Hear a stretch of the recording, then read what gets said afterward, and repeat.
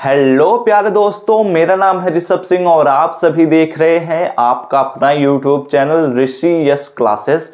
और आज के इस लेक्चर में हम बात करेंगे बीएससी फर्स्ट ईयर के फर्स्ट सेमेस्टर केमिस्ट्री का जो हमारा पेपर है फंडामेंटल ऑफ केमिस्ट्री, उसका जो यूनिट फर्स्ट है जिसमें हम molecular polarity and weak chemical forces के बारे में पढ़ते हैं, उसके एक और मोस्ट इंपॉर्टेंट क्वेश्चन आंसर का लेक्चर लेकर आ चुके हैं और यह लेक्चर नंबर 5 है। इससे पहले आप सभी को 4 लेक्चर्स ऑलरेडी प्रोवाइड कर दिए हैं जिसमें हम लोगों ने इंपॉर्टेंट क्वेश्चन आंसर पर बात किया था। अगर उन लेक्चर्स को आप लोग नहीं देखे हैं तो आई बटन पर जाकर देख लीजिएगा या फिर लिंक हम आप सभी को डिस्क्रिप्शन में प्रोवाइड कर देंगे।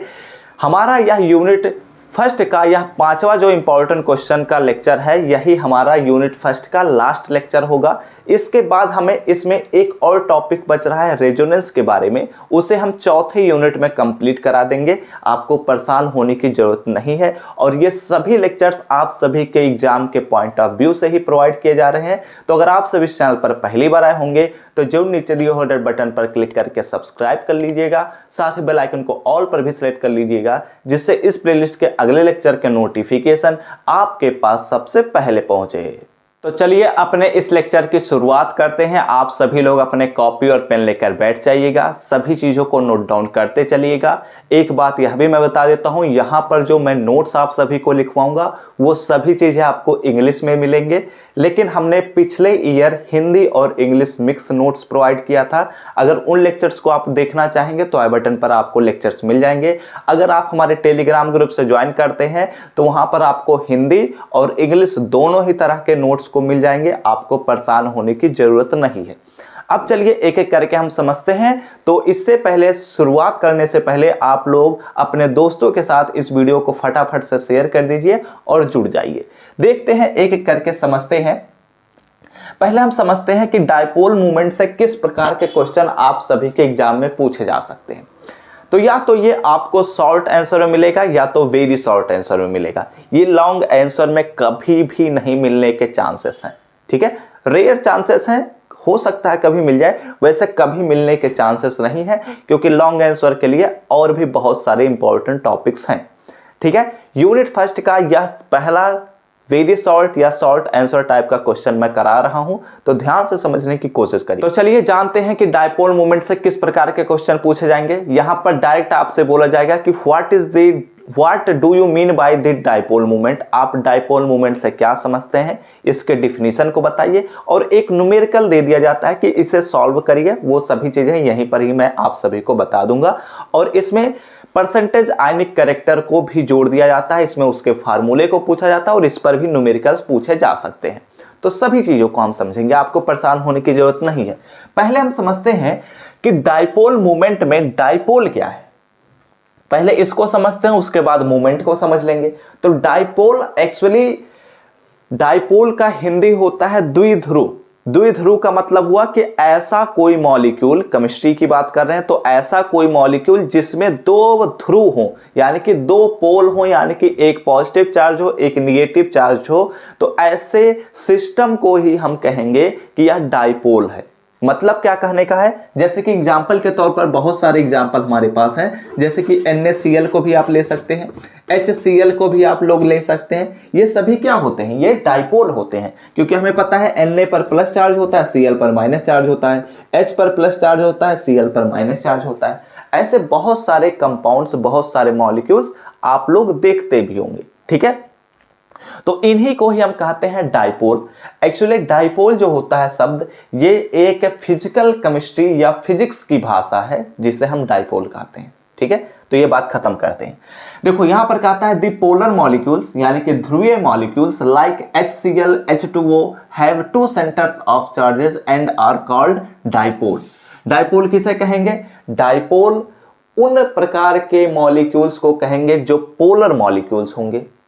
पोलर मॉलिक्यूल्स में क्या चांसेस होते हैं कि उनके पास 2 पोल होते हैं, इसीलिए लिखा गया है 2 सेंटर ऑफ चार्जेस। इनके पास 2 चार्जेस के सेंटर्स होते हैं। एग्जाम्पल के तौर पर HCl है, H2O है, NaCl है, HF ले सकते हैं, बहुत सारे मॉलिक्यूल आप लोगों को पता भी है, ठीक है। अब हम बढ़ते हैं कि डायपोल मूवमेंट क्या होता है। लेक्चर बहुत बड़ा नहीं होगा तो आप लोग सब कुछ समझते हुए चलिएगा और सब्सक्राइब जरूर कर लीजिएगा। आप लोग सब्सक्राइब ही नहीं करते, मैं देखता हूँ आप लोग कर ही नहीं रहे, तो कर तो लीजिए। आखिर ऐसे लेक्चर्स के नोटिफिकेशन आपके पास कैसे पहुंचेंगे? अगर आप सब्सक्राइब ही नहीं करेंगे तो कहां से पहुंचेंगे? ठीक है, तो अब यहां पर समझिए कि डाइपोल मोमेंट क्या होता है। डाइपोल मोमेंट को समझना बहुत ही आसान है, देखो बहुत ही आसान है, मैंने बोल दिया ना, तो बहुत ही आसान है। डाइपोल मोमेंट में हम अभी देखें, एक डाइपोल क्या होता है, जिसपे प्लस चार्ज होता है और माइनस चार्ज होता है, यानी कि इसमें दो आवेशेस होते हैं। तो हम मान लेते हैं यहां पर हमारे पास दो एटम्स रखे हुए हैं। जो एटम्स जो हमारे पास हैं वो एक बॉन्ड की सहायता से जुड़े हुए हैं। ठीक है, दो एटम्स किसकी सहायता से जुड़े होते हैं? एक बॉन्ड की सहायता से ही तो जुड़े होते हैं। तो हम मान लेते हैं, क्योंकि हमें पता है एक पर प्लस चार्ज होगा, एक पर माइनस चार्ज होगा, तो हम मान लेते हैं कि इस पर प्लस चार्ज है और इस पर माइनस चार्ज है। ठीक है, और जो चार्जेस हैं उन्हें हम प्लस क्यू से रिप्रेजेंट कर देते हैं और माइनस क्यू से रिप्रेजेंट कर देते हैं।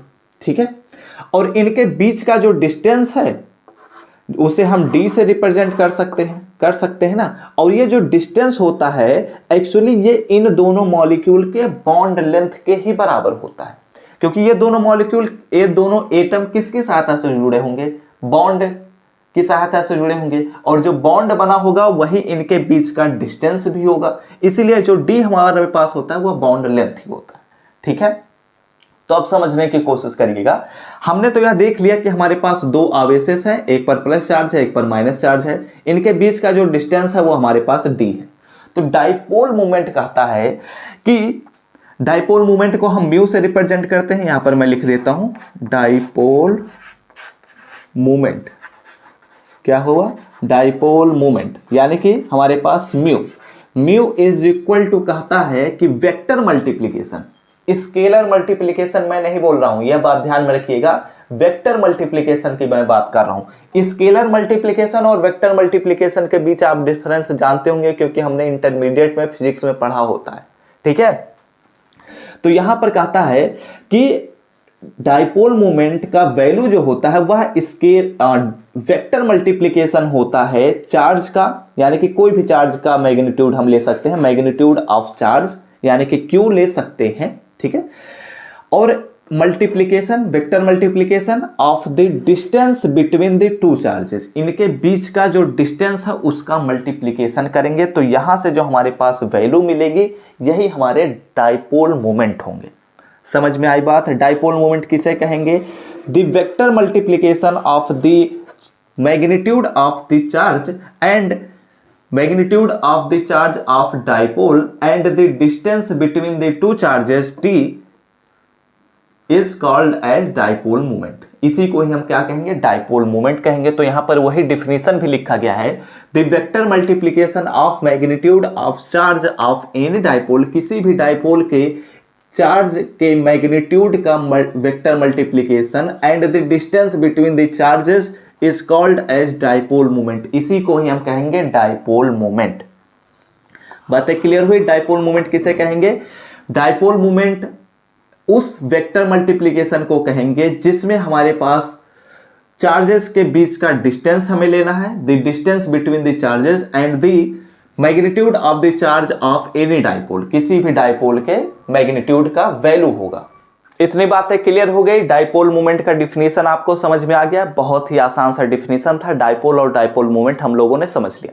अब हम बात करते हैं कि डाइपोल मोमेंट को हम किस प्रकार रिप्रेजेंट करते हैं। तो मैंने आप सभी को बताया म्यू से रिप्रेजेंट करते हैं, इसलिए हमने लिख दिया कि इट इज डिनोटेड या it is represented by mu.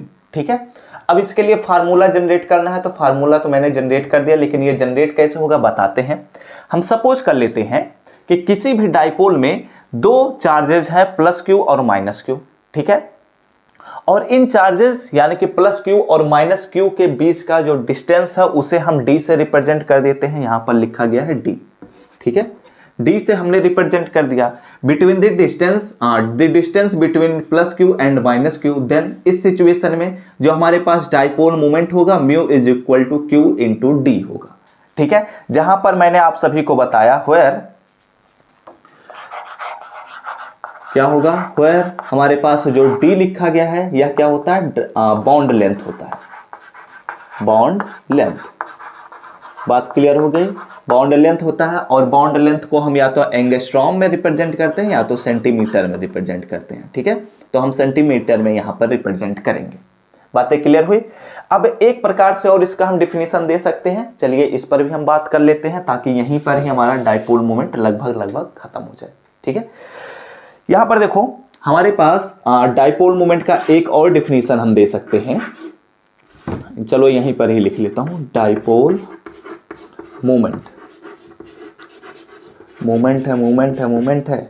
Dipole moment is equal to, हमारे पास क्या होगा, क्यू का वैल्यू क्या हो, क्यू का मतलब हुआ चार्ज, क्या होगा चार्ज, और हमारे पास डी का मतलब क्या है, बॉन्ड लेंथ, इसलिए मैंने यहां पर लिख दिया बॉन्ड लेंथ, LENGTH। बात क्लियर हो गई। तो ये भी हमारे पास एक फार्मूला हो गया और इस फार्मूले को भी आप लोग याद रखिएगा क्योंकि ये फार्मूला भी बहुत ही ज्यादा उपयोग होता है। ठीक है, तो ये हमने डाइपोल मोमेंट समझा। अब एक और चीज को मैं समझा देता हूं, वैसे अभी लिखकर मैं बताऊंगा भी। देखो वेक्टर मल्टीप्लिकेशन और स्केलर मल्टीप्लिकेशन में हम जानते हैं अंतर, कि जब हम वेक्टर मल्टीप्लिकेशन करेंगे तो उसमें हमारे पास एरो रहेगा, एरो का मतलब डायरेक्शन रहेगा, और जो डायरेक्शन होता है वो एक्चुअली प्लस चार्ज की तरफ से माइनस चार्ज की तरफ और होता है। यानी कि अगर हम बात करते हैं जैसे चलो मैं इसे इरेज करता हूं, उसके बाद इसे समझा दूंगा। ठीक है, तो आप लोग अगर नोट डाउन करना चाहें तो नोट डाउन कर सकते हैं। तो हम लोगों ने यह देख लिया कि डाइपोल मोमेंट का क्या कॉन्सेप्ट है, क्या डिफिनीशन है, क्या फार्मूला है। अब इसमें हम कुछ और भी चीजों पर बात करते हैं कि अगर फार्मूला है तो इसका यूनिट भी होगा, तो यूनिट क्या है इस पर हम बात कर लेते हैं, उसके बाद इसके हम डायरेक्शन पर भी बात करेंगे। The unit of dipole moment is debye, क्या पढ़ेंगे, डीबाई। डीबाई हमारे पास डाइपोल मोमेंट का यूनिट होता है। इसको ESU सेंटीमीटर में भी नापते हैं, दोनों पॉसिबिलिटीज हैं, आप किसी में भी देख सकते हैं।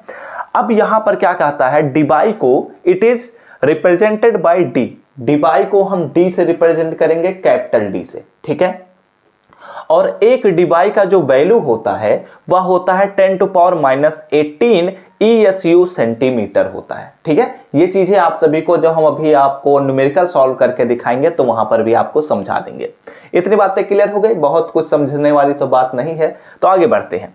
यहां पर मैंने आपको यह भी बताया कि डाइपोल मोमेंट क्या होता है, डाइपोल मोमेंट एक वेक्टर क्वांटिटी होता है, इसीलिए यहां पर लिखा गया है dipole moment is a vector quantity and the direction of dipole moment is represented by arrow। हम जो डाइपोल मोमेंट का अगर यह वेक्टर क्वांटिटी है तो इसमें डायरेक्शन भी होगा, तो डायरेक्शन को हम एक एरो से रिप्रेजेंट करते हैं, और यह जो एरो होता है वह पॉजिटिव एंड से शुरू होता है और निगेटिव एंड की तरफ जाता है। यानी कि इसका जो डायरेक्शन होता है वह निगेटिव एंड की ओर होता है। बातें क्लियर हो गई, बहुत ही आसान सी चीजें थी, ये भी हम लोगों ने समझ लिया डाइपोल मोमेंट में। इससे ज्यादा चीजें आपको लिखने की जरूरत नहीं है, बस एक चीज और ध्यान से सुन लेना, सिमेट्रिकल कंपाउंड और लीनियर कंपाउंड, सिमेट्रिकल मॉलिक्यूल और लीनियर मॉलिक्यूल का जो डाइपोल मोमेंट होता है वह जीरो होता है। क्या होता है, जीरो होता है। आप लोग एक लाइन लिख लीजिएगा नीचे इसी के, सिमेट्रिकल कंपाउंड और लीनियर कंपाउंड का डाइपोल मोमेंट जीरो होता है। ठीक है, ये आपको अगर ऑब्जेक्टिव एग्जाम में आता है तो पूछा जाता है। वैसे ये जो हमारे पास टॉपिक है इससे ऑब्जेक्टिव क्वेश्चन ज्यादा बनते हैं, सब्जेक्टिव क्वेश्चन बहुत ही कम बनते हैं। ठीक है, अब हम बढ़ते हैं। ये डाइपोल मोमेंट हमारा कंप्लीट हो गया, इसमें हमें एक न्यूमेरिकल सॉल्व करना है, तो ये हम फार्मूला पढ़ लेंगे, इसके बाद हम उसे सॉल्व करके दिखाएंगे। अब यहां पर देखो हम अगला टॉपिक हेडिंग डालिए, अब अगला percentage ionic character from dipole moment. Dipole moment से हम परसेंटेज आयनिक कैरेक्टर के बारे में बात करेंगे कि हमारा जो कंपाउंड है, जो मॉलिक्यूल है, जो पॉलीएटॉमिक मॉलिक्यूल है, उसका परसेंटेज आयनिक कैरेक्टर कितना है, उसका आयनिक कैरेक्टर परसेंट में कितना है, इसी के बारे में अब हम बात करेंगे। तो इसके लिए हमारे पास एक फार्मूला दे दिया गया। फार्मूला ये दिया गया कि परसेंटेज आयनिक कैरेक्टर किसी भी कंपाउंड के लिए अगर हम उसके परसेंटेज आयनिक कैरेक्टर को पता करना चाहते हैं तो एक फार्मूला है, और वह फार्मूला ये है, percentage ionic character is equal to practical value of dipole moment. जब हम किसी भी मॉलिक्यूल के डाइपोल मोमेंट का प्रैक्टिकली वैल्यू निकालेंगे उसमें हम theoretical value of dipole moment से डिवाइड करेंगे। जो हम थ्योरेटिकल वैल्यू निकालते हैं इनका जब हम डिवीजन करेंगे और इस वैल्यू में अगर हम 100 से मल्टीप्लाई कर देते हैं तो जो यह वैल्यू मिलेगी उसे हम कहेंगे परसेंटेज आयनिक कैरेक्टर। बातें क्लियर हो गई। तो अब ये आपको फार्मूला भी आपको याद करना पड़ेगा। वैसे बहुत ही आसान सा है, प्रैक्टिकल वैल्यू अपान में थ्योरेटिकल वैल्यू मल्टीप्लाई बाय 100। ठीक है, तो ये आप लोग नोट डाउन कर लीजिए। अब इसमें हम एक न्यूमेरिकल सॉल्व करके दिखाएंगे आप सभी को। उसकी सहायता से हम डाइपोल मोमेंट भी निकालना सीखेंगे और परसेंटेज आयनिक कैरेक्टर भी निकालना सीखेंगे, क्योंकि एग्जाम में क्वेश्चंस जरूर पूछे जाएंगे। तो चलिए अब हम देखते हैं, एक हमारे पास न्यूमेरिकल है। इस न्यूमेरिकल की सहायता से हम डाइपोल मोमेंट भी निकालना सीख लेंगे और परसेंटेज आयनिक कैरेक्टर भी निकालना सीख लेंगे, जिससे आपके एग्जाम में कोई भी अगर न्यूमेरिकल दिया जाएगा तो आप आसानी से सॉल्व कर सकते हैं। बस समझने की कोशिश करिएगा कि हम कैसे करते हैं। तो यहां पर देखो हमारे पास what is the percentage ionic character of HCl। हम HCl का परसेंटेज आयनिक कैरेक्टर हमें पता करना है। If the practical value of the dipole moment in HCl is 1.03 dBi and bond length is 1.27 angstrom, जहां पर हमारे पास Q का मैग्नीट्यूड भी दे दिया गया है 4.8 इंटू 10⁻⁻10 ESU। ठीक है, अब इसे हम सॉल्व करते हैं। यहां पर बातें समझ में आ गई। परसेंटेज आयनिक कैरेक्टर हमें पता करना है HCl का। HCl का हमारे पास प्रैक्टिकल वैल्यू दे चुका है, डाइपोल मोमेंट का प्रैक्टिकल वैल्यू दे दिया गया है 1.03 dBi और बॉन्ड लेंथ भी दे दिया गया है 1.27 एंगस्ट्रॉम और Q का वैल्यू भी दे दिया गया है। यानी कि कहने का ये मतलब है कि हमारे पास जो HCl है, ठीक है, इनके बीच का यह जो डिस्टेंस है, इस डिस्टेंस का वैल्यू हमारे पास है 1.27 एंगस्ट्रॉम। ठीक है, एंगस्ट्रॉम में है, हमें पहले सेंटीमीटर में बदलना ही पड़ेगा। और इस पर हमारे पास प्लस Q चार्ज होगा, इस पर माइनस Q चार्ज होगा, तो हमारे पास Q का भी वैल्यू दे दिया गया है 4.8 इंटू 10⁻⁻10 ESU दे दिया गया है। ठीक है, और इसका प्रैक्टिकल डाइपोल मोमेंट का वैल्यू भी दिया गया है, यहां पर हमारे पास लिखा गया है। तो पहले हम इसका डाइपोल मोमेंट पता करते हैं, क्योंकि जब हम डाइपोल मोमेंट पता कर लेंगे तो practical value divided by theoretical value निकालेंगे। तो थ्योरेटिकल वैल्यू जब हम पता कर लेंगे तभी ना हम आगे बढ़ सकते हैं, परसेंटेज आयनिक कैरेक्टर निकाल सकते हैं। तो इसलिए हम क्या करते हैं, इसके डाइपोल मोमेंट पर बात करते हैं। ठीक है, तो चीजें जो दी गई हैं वहां पर पहले लिख दीजिए given that something something something, जो चीजें दी गई हैं, और यहां पर लिखिए अब अगला step, dipole moment mu is equal to Q into D. ठीक है, Q का वैल्यू हमारे पास दिया गया है 4.8 मल्टीप्लाई बाई 10⁻⁻10 और यहां पर D का वैल्यू हमारे पास दिया गया है 1.27 एंगस्ट्रॉम में है। तो यहां पर हम इसका मात्रक हमारे पास है ESU और एंगस्ट्रॉम।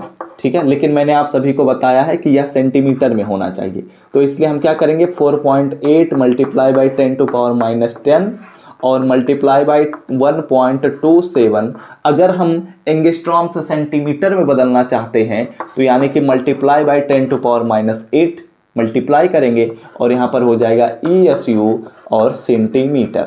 ठीक है, अब यहाँ पर जब हम मल्टीप्लाई करेंगे तो क्या होगा, यहाँ पर हमारे पास इसका मल्टीप्लिकेशन मैं डायरेक्ट आप सभी को वैल्यू बता देता हूँ 6.09 मल्टीप्लाई बाई 10⁻⁻10 और -8, तो यहाँ पर हो जाएगा -18 और ये हो जाएगा हमारे पास ESU और सेंटीमीटर। ठीक है, और मैंने अभी आप सभी को बताया 10⁻⁻18 ESU सेंटीमीटर का वैल्यू होता है 6.09 और इसका जो वैल्यू होता है वह 1 dBi होता है, इसलिए 1 से मल्टीप्लाई हो गया और इसका dBi यूनिट आ गया। तो ये हमारे पास डाइपोल मोमेंट का वैल्यू पता चल गया। ठीक है, तो ये कौन सा वैल्यू है, ये थ्योरेटिकल डाइपोल मोमेंट का वैल्यू है। और ये कौन सा वैल्यू है, ये प्रैक्टिकल डाइपोल मोमेंट का वैल्यू है। तो परसेंटेज आयनिक कैरेक्टर अगर निकालना चाहें तो क्या करेंगे, नाउ अब हम क्या करते हैं, फार्मूला पहले लिखेंगे। Percentage ionic character is equal to practical value of dipole moment divided by theoretical value of dipole moment multiply by 100। तो देखो यहां पर हमने यह जो वैल्यू निकाला है यह एक थ्योरेटिकल वैल्यू है और ये हमारे पास एक प्रैक्टिकल वैल्यू है। तो theoretical practical value upon theoretical value multiply by 100 यानी कि हमारे पास परसेंटेज आयनिक करेक्टर मिल जाएगा। तो इसलिए हम क्या करते हैं, percentage ionic character is equal to, हमारे पास फार्मूला लिख सकते हैं, लेकिन फार्मूला आप लोग लिख लीजिएगा, मैं डायरेक्ट वैल्यू सब्स्टिट्यूट कर देता हूं। यहां पर हो जाएगा हमारे पास 1.03 और डिवाइडेड बाई हमारे पास होगा 6.09 मल्टीप्लाई बाई 100। ठीक है, अब यहां पर क्या करेंगे, यहां पर हमारे पास इसका हम पॉइंट को हटा देते हैं, यानी कि दशमलव को हटा देते हैं, 103 अपॉन में 609 और मल्टीप्लाई बाई 100। ठीक है, अब यहां पर मैं आप सभी को डायरेक्ट वैल्यू ही बता देता हूं। यहां पर आई थिंक वैल्यू आएगा 16.9, लगभग हमारे पास यही वैल्यू आएगा। ठीक है, और ये वैल्यू हम ना तो डिवाई में लिखेंगे ना ही किसी और चीज में लिखेंगे, क्योंकि यहां पर भी डिवाई है, यहां पर भी डिवाई है, और डिवाई कैंसिल होकर बात खत्म हो गई, यानी कि इसका हमारे पास यूनिट नहीं होता है और ये वैल्यू आ जाती है 16.9। ठीक है, तो इस प्रकार हमने एक एग्जाम्पल की सहायता से देखा कि अगर आपके एग्जाम में दे दिया जाता है, आप लोग स्क्रीनशॉट ले लीजिएगा, कि अगर कोई भी क्वेश्चन आप सभी के एग्जाम में दे दिया जाता है तो कैसे उसका डाइपोल मोमेंट पता करेंगे, परसेंटेज आयनिक करेक्टर कैसे पता करेंगे, और हमेशा एक बात याद रखिएगा कि practical value of dipole moment always given, ये हमेशा दिया जा रहा होगा, तभी हम निकाल सकते हैं, क्योंकि प्रैक्टिकल वैल्यू हम थोड़ी ना वहां पर बैठकर करना शुरू करेंगे। ठीक है, तो आई होप आप सभी को यह लेक्चर समझ में आया हो, डाइपोल मोमेंट का कॉन्सेप्ट आप सभी का क्लियर हो चुका होगा, परसेंटेज आयनिक कैरेक्टर भी आप लोग समझ गए होंगे, और ये एक शॉर्ट आंसर और वेरी शॉर्ट आंसर टाइप का क्वेश्चन आप सभी के एग्जाम में पूछा जा सकता है। तो अपने दोस्तों के साथ शेयर कर दीजिएगा, वीडियो अच्छा लगा हो तो लाइक कर दीजिएगा, समझ में आया हो तो कमेंट करके बताइएगा, और साथ ही साथ इस चैनल को सब्सक्राइब करने के साथ बेल आइकन को भी ऑल पर भी सेलेक्ट कर लीजिएगा, जिससे इस प्लेलिस्ट के अगले लेक्चर के नोटिफिकेशन आपके पास सबसे पहले पहुंचे। तो हम सब मिलते हैं अपने नेक्स्ट लेक्चर में, तब तक पढ़ते रहिए, संघर्ष करते रहिए और सफल होते रहिए।